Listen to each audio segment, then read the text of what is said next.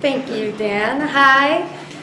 Thank you all for being here. If you'll give me just a second, I'm going to pull up mine. Also, just want to make a note, Melissa Lopez, not to put you, she's the Executive Director of PMRS, the Diocese Migrant Refugee Services, and she's obviously an expert in immigration law, and she's taken the lead in trying to discover the issue regarding visas. So she's an important resource in the community to reach out regarding some of the immigration questions. So. Hi. I guess while she's setting up, just real quickly, that if you have clients who are immigrants, people that went back to Juarez, it's really important that they do a consultation with an immigration attorney.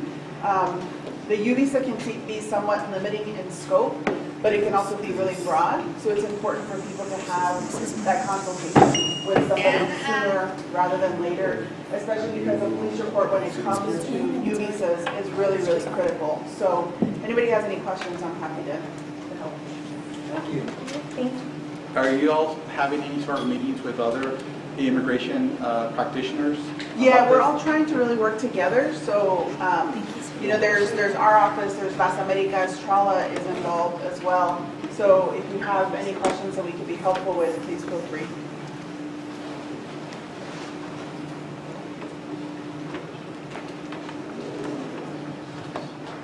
Thank you.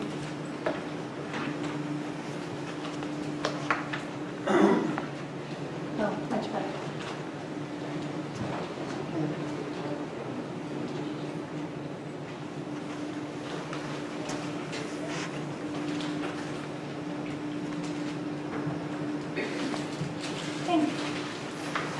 Hi everybody, thank you so much for being here.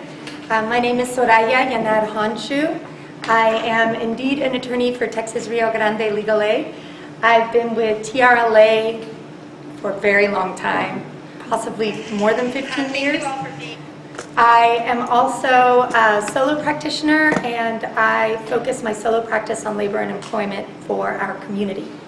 I'm here to discuss the labor and employment implications of the crisis that we all suffered, and to give you all some idea of what issues are going to arise for the victims of the crisis, as well as for anybody that has been impacted or affected by what happened last month. Well, we'll go this way.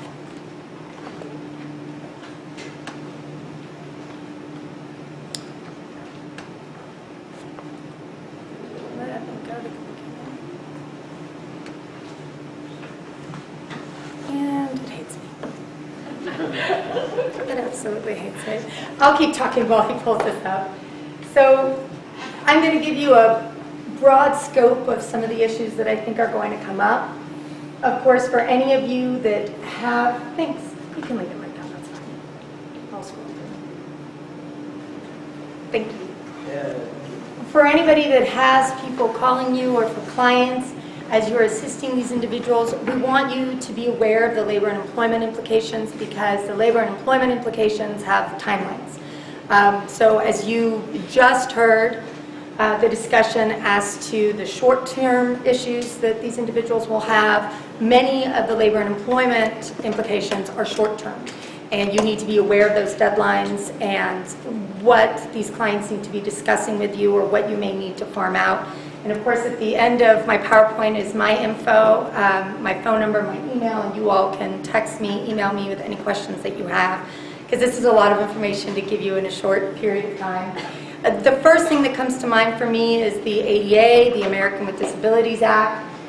It was amended, so it's technically the ADAA, which is kind of a dorky reference for labor and employment people. Everybody still refers to it as the ADA. The ADA will protect any individual that is disabled or has a disability as a result of the crisis or the event. And that has a broad scope, because there are individuals that we're seeing come into TRLA that were employees of Walmart, for example, that were there during the crisis. But there are also employees of Walmart that are coming in that weren't at that Walmart, but were affected either by being an employee of Walmart, having PTSD, stress, anxiety from the fact that their colleagues, their co-workers were attacked, during their regular business hours, for any of the victims who were there shopping, and for any of the victims who have peripheral loss.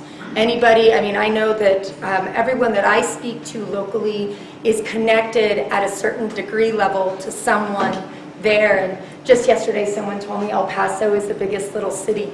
And I completely agree with that comment, because we were commenting as to how everybody that I was discussing the crisis with in this little group knew somebody that had harm or was victimized, was there, or knew someone that was there. So the ADA can spread to many, many individuals that were somehow related to this crisis. For the employees of Walmart, certainly they are suffering stress, PTSD. Some of them have suffered injury, loss. Their dependents either suffered injury or loss.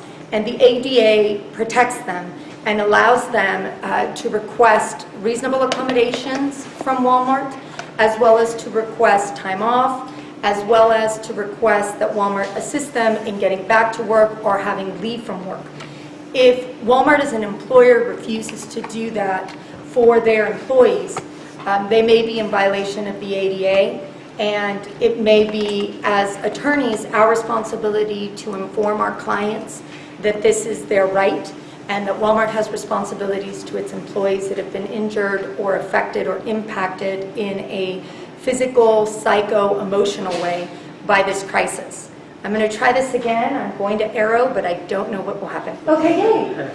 So the ADA makes it unlawful to discriminate in all employment practices in regards to any of these issues. That includes hiring, promotion, assignments, training, leave, layoff, benefits. And that, of course, is going to be a direct impact for any of the victims or anyone involved with this crisis. And this will stem, again, not just to the employees that were at Walmart, that are employed by Walmart and directly affected, but for any of the victims who have employment elsewhere and are in need of leave and reasonable accommodation and assistance because of the stress that they're under, the injuries they're under, their dependents. So the ADAAA prohibits an employer from retaliating for asserting their rights due to a disability. So if an employee will come forward to their employer and indicate, I am having issues, physical, socio-emotional, psychological, and I'm in need of either leave, sick leave, time off, transfer, I can't come to work, those employers under the ADAAA have to be able to assist and engage with those employees in a discussion of how to reasonably accommodate those employees to assist them with their disability, be it an interim disability or a permanent disability. The ADA essentially protects any individual who may have a disability, and they define a disability as a substantial impairment, one that significantly limits or restricts a major life activity. And the ADAAA actually specifically identifies now a list of certain conditions that are prima facie disabilities.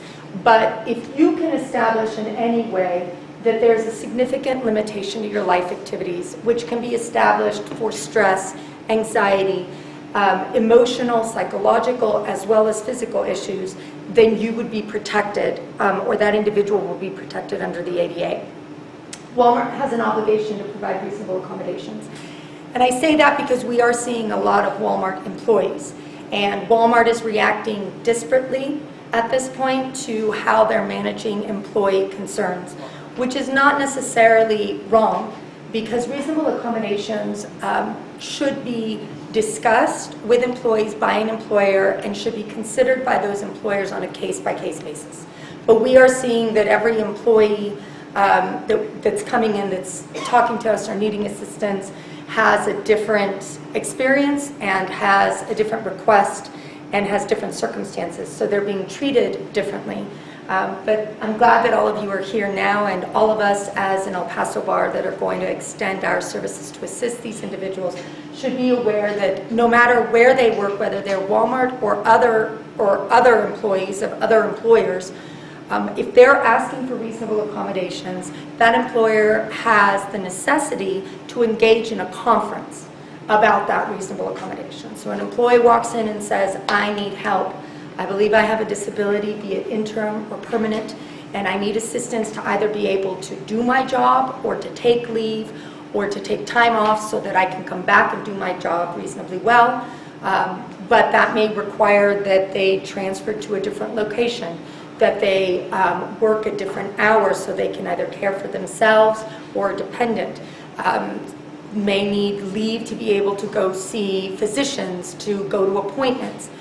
All of that requires the employer to sit down and have a conversation. What is it that the employee needs, and how can we attempt to accommodate those needs to allow that employee to either take time off of work and come back when they're ready, or continue to work but with certain accommodations.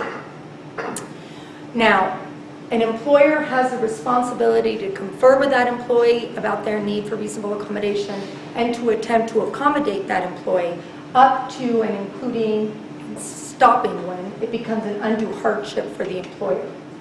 And this is a very general, this is a very general explanation of what an undue hardship is. But essentially, if an employer finds that it's unduly costly, extensive, it creates substantial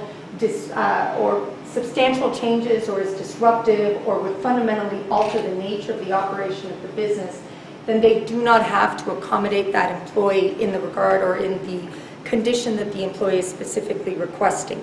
But what I have seen is that most of the individuals that have been affected by this crisis are needing sick leave, time off.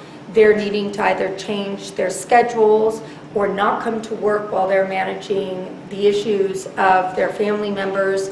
There are Walmart employees who had family members that died during the crisis. They were not there, or they work in other stores, but their family member passed away and they're needing time off because they can't come to work. They're trying to manage everything that comes along with losing a family member.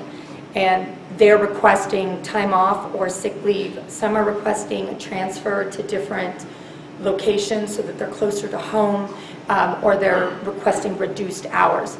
All of that should truly not be an undue hardship, especially in light of how devastating this crisis was. And hopefully Walmart and all other employers that are working with employees that were affected will work individually on a case-by-case basis with these folks to try to get them to continue in their employment, possibly with time off or with reasonable accommodations.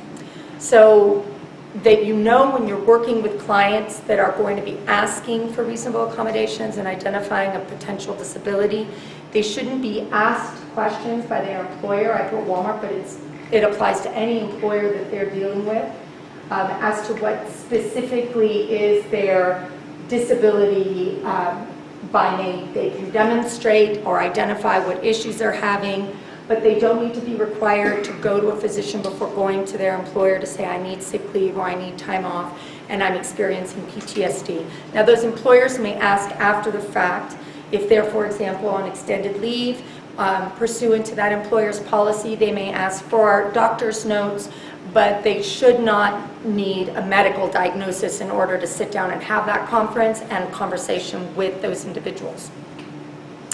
The law requires an employer to provide reasonable accommodation if it's possible and it's not an undue hardship.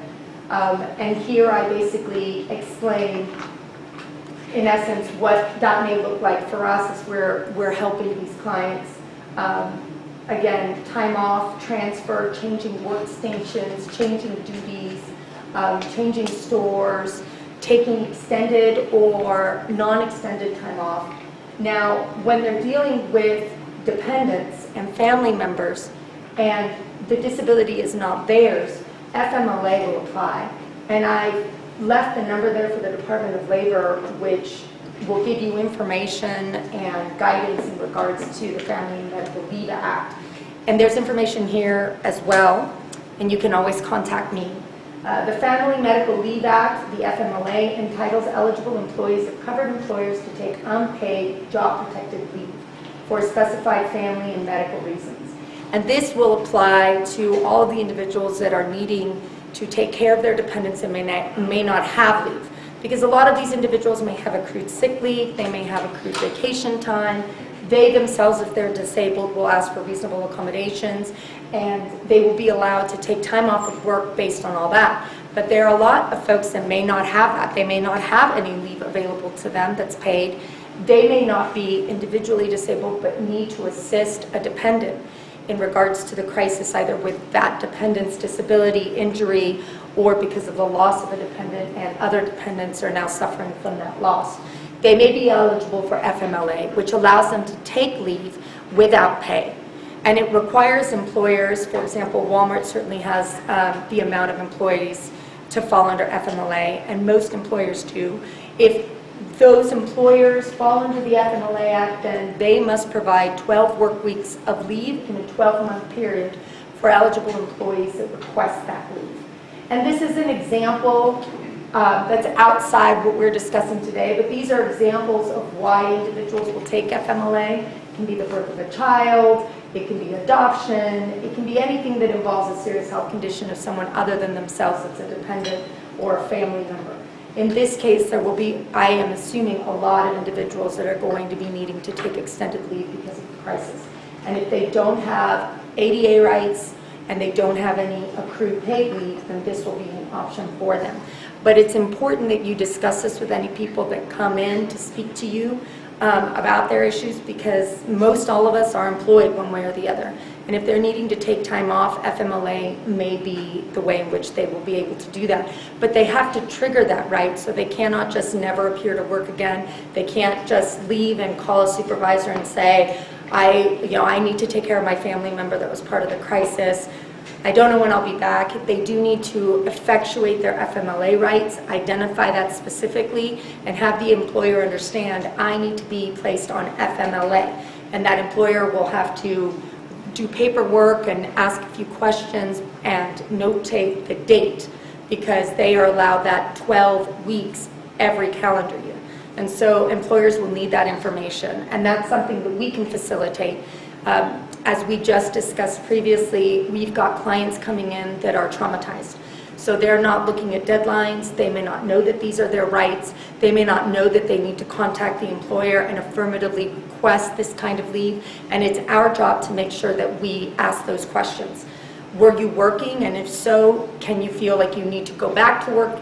Can you not go back to work? How much time will you need? How long have you been employed? If you go on to the Department of Labor and pull up FMLA, they've got several fact sheets there that will give you the basis as to what you need to know and questions you need to ask them, so that you can figure out if they qualify and immediately notify their employer.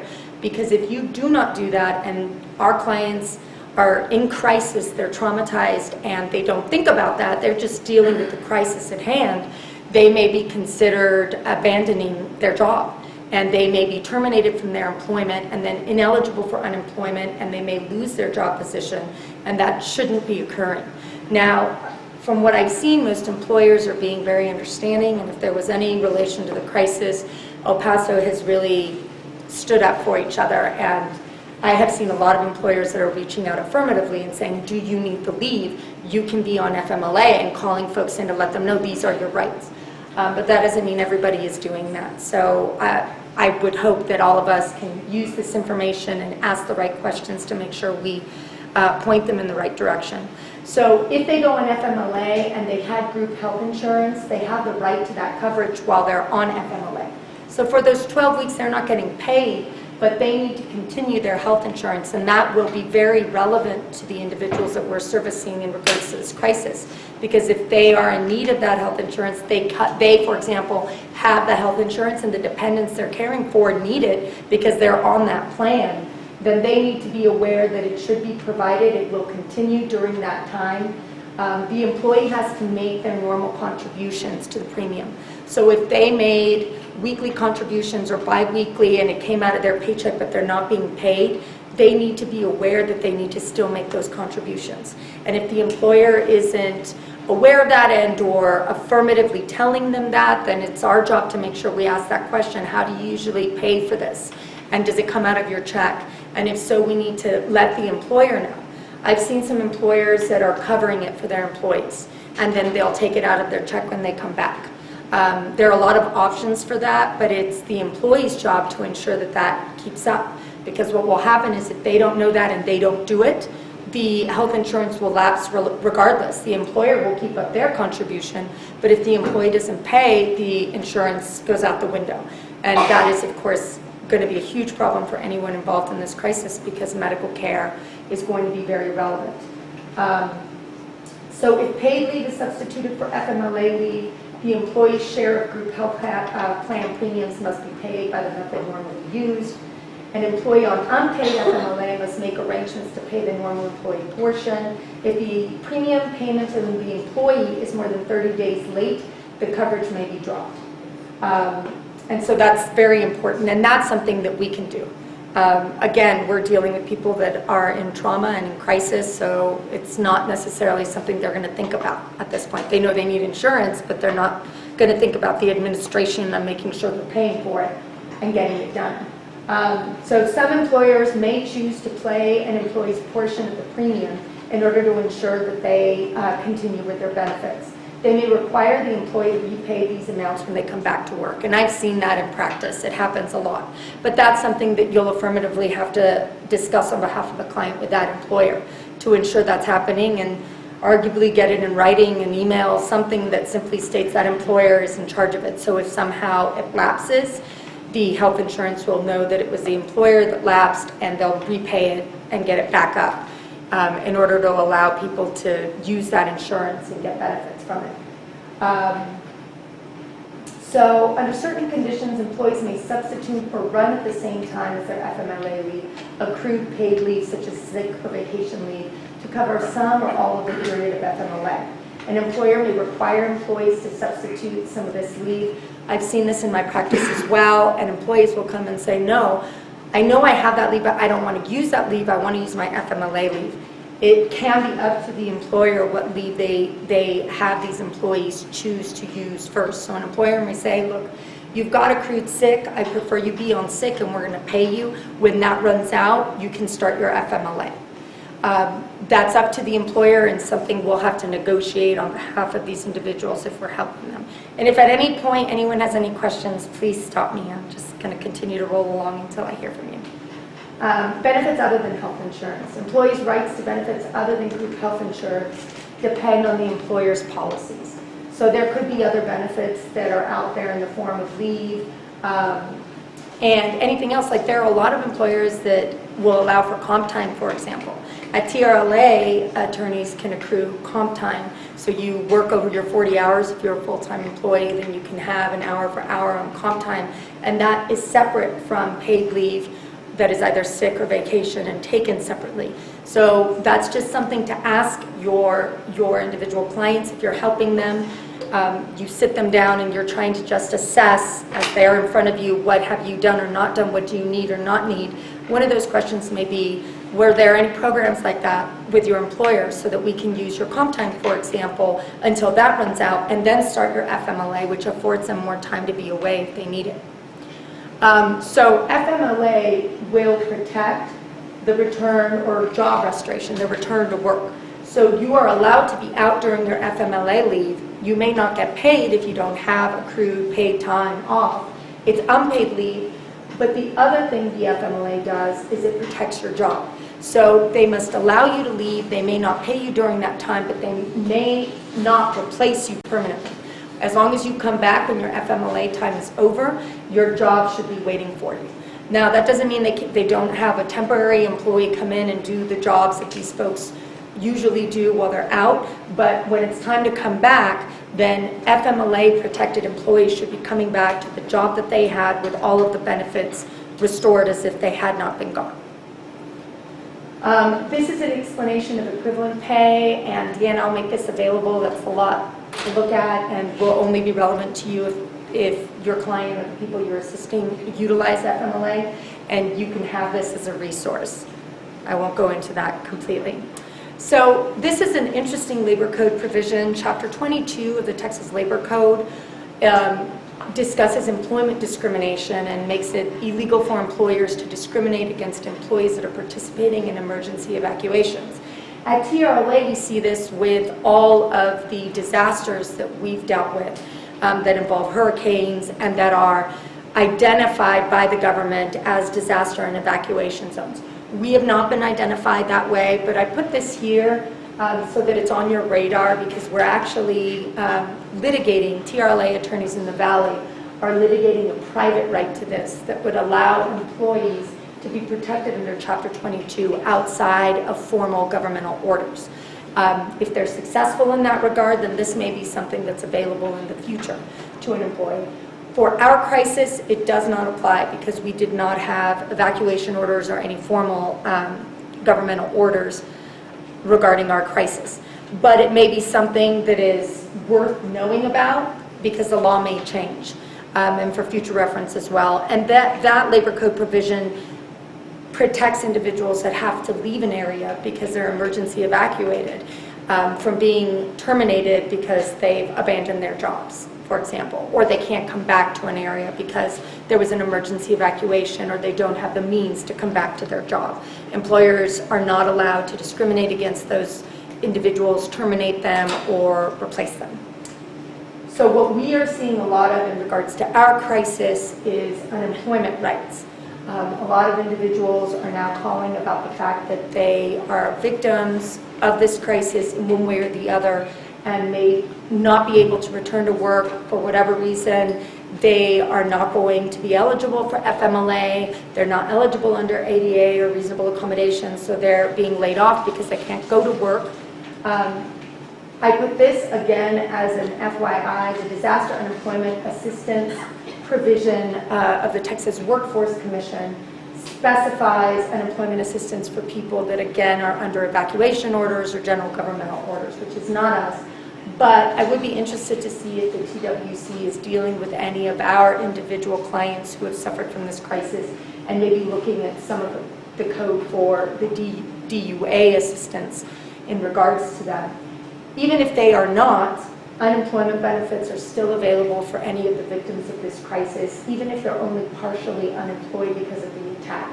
They're leaving work for medically verified illnesses or because of their dependents, or they're having to quit because the employer is indicating, well, I can reasonably accommodate you, for example, at Walmart. All of the individuals at that Walmart are being transferred or given options elsewhere. And some of them may not be able to take those jobs because they don't have transportation to those jobs, they lived right around the corner, or they're just too far away from them, and based on their life or personal situation, they can't transfer to another store. At that point, they'd be eligible for unemployment benefits. This is, again, natural disasters, but going specifically to what we're dealing with. I think what's going to be relevant for us is either being essentially laid off because you can't take on the transfer, or your work hours are being reduced. If that occurs, employees have the right to go for unemployment, even if they're still employed, which is something a lot of employees don't know, and seems kind of, in contrast to what you would assume is your right under unemployment. So if you are working full-time, but now you've got to reduce your hours because you're caring for a dependent, or because of the disability, or because of the stress, or because Walmart agreed to transfer you, but the only thing they can do is transfer you to a store at reduced hours, you can seek unemployment so that you can recover the hours that you are not working, because this is not due to a cause of your own. The employee did not cause the unemployment condition or the reduction of hours. It was beyond their control, and it isn't a performance-based issue. So Texas Workforce Commission would provide unemployment for those individuals, and that includes the partial unemployment benefit. This is how TWC calculates it. They multiply the normal weekly benefit by 1.25, subtract from that amount the weekly earnings. The difference is what's considered the partial unemployment benefit. So these individuals can continue to work and do their part-time work, and then they can also recover the unemployment benefit. And that is important for individuals that work paycheck to paycheck. They need the entirety of their paycheck to pay their rent and to support their family. And so this is a benefit that I wanted you all to know about. This explains it, and basically is the calculus that TWC will do, and that's something you can explain to the individuals you're assisting so they understand what they're getting, what they'd be getting. And they also need to know that unemployment is not immediate. So there is a wait week, and then it usually, just in practice, takes at least another week or a week after that before it actually rolls in. And for individuals that are very much in need, that matters. And so they need to know they need to apply immediately to the Texas Workforce Commission. And if you just plug in TWC, they can apply online, they have a portal, they can apply at any of the Texas Workforce Commission sites in El Paso in person, and there will be people that can assist them in both English and Spanish, or they can call their hotline and apply that way and initiate. And they should do so right away, partial or complete unemployment benefits, because it takes time. So they're not going to get a check for at least 2 to 3 weeks. This is my information. Please take it down. Feel free to text me, email me. If any labor and employment issues come up, I want to be of service to all of you and to anyone that needs our service in the community related to the crisis, anything at all. And are there any questions? I know I went quickly, but I wanted to try to keep us on time. Anything? Okay. Yes? So I know a lot of folks just suffer trauma. Yes. They don't necessarily have a note from a doctor or anything that they suffer trauma. So for example, if ADA will apply as an injured employee, even though they don't have a note from a doctor that they suffer PTSD. Yes, I would argue yes. This is, of course, coming from the plaintiff's lawyer, but yes, I would argue that they should be allowed to go to their employer and indicate, I suffered a traumatic psychological injury, I'm in need of medical care or counseling, and they can seek that. Sometimes we send our TRLA clients to La Fe, which will do reduced cost intakes and afford them medical service. And they should be able to go to their employer and indicate that they were affected directly by this crisis, they're in need of medical care, and they have, even if it's a temporary disability involving trauma, which can include PTSD, anxiety. What the disability will be labeled as ultimately would be anxiety or PTSD, depression, and all of that doesn't need to be diagnosed. They just need to go and tell their employer, this is what I'm struggling with, and I need to seek medical care. The employer should work with them, reasonably accommodate them to allow them to take time off or go seek medical care. And once they do, then all usually employers will require is that they come back with a note that just says, I utilize this time to go seek a professional. That professional doesn't need to diagnose them and put it on the paper and say, I diagnosed this person with depression. They just need to say this person needed to seek counseling or psychological assistance and is doing so with me on these dates in the future and did so on this date in which they missed work. And that should be sufficient. One way or the other, they should fall under one of these protections. Do Walmart employees qualify for workers' compensation coverage since the injury happened at work? Yes, absolutely. And so that is a whole separate system under the Division of Insurance, but they were at work, and if they were in the course of business when this occurred and they were injured, then workers' compensation, assuming that Walmart is a covered employer. Any of our defense lawyers know that? I've done workers' compensation law, but it's been a while now, but that's generally correct. Yes. Well, I don't know if Walmart is covered. So if they're paying into the workers' compensation fund as an employer, then workers' compensation is triggered. That means they're a covered employer and they work under the Texas Department of Insurance's workers' compensation. And there are specific forms, and those employees would need to report the injury within 30 days. But frankly, Walmart would be insane to not just independently report absolutely every employee that was there with a potential workers' comp claim. If Walmart isn't covered, then they would be a non-covered employee, and they should have their own health insurance, and they should be sending those employees that were injured in any way. Even employees that weren't there that day but now are suffering trauma from their co-workers having been injured or murdered on site, they should be sending them to any kind of health care that they may need based on their health coverage. And I can find out whether they're, fairly quickly, whether they're covered or not. Well, my last Walmart case was years ago. My recollection is they had one of those separate standalone ERISA-based Yeah, I think you're right. non-workers' comp system. I think you're right. And if that's the case, They just have to know the rules of the system. right. If that's the case, then Walmart has to publish in their personnel manual and their employee manual exactly how they're supposed to file a claim with their insurance partner, and they're supposed to work with Walmart to go to their specific outside workers' comp providers. But it kind of works the same. The difference is this: if Walmart is covered by workers' comp and a participant, which it doesn't sound like they are, and I think you're right, employers that are covered and participate as workers' comp employers may not be sued for the personal injury that is suffered by an employee within the context of their work, because they're covered under workers' comp. So workers' comp takes on that injury, and that separate administrative system manages that employee's injury, their medical needs, and their salary needs if they're losing work because of the injury. If they're a non-covered employer, which I think you're right, I don't think they are, then they can be subject to suit. They can be sued for the personal injury, and they need to be providing the medical care through their own program, but it'll fall under private ERISA suits and not under the Texas Division of Insurance's workers' comp program. That's a very good question, thank you. And I'll find out, I'll let you all know. So it said they dropped out in 2012. Ah, thank you, so they're non-covered? They have their own fire department. Okay, so they can be sued. FYI, for all your defense. All you defense folks out there should probably call anyone you know at Walmart to see if they need assistance. Anybody else? Well, thank you guys. Thank you so much for listening. I know it was a lot of information.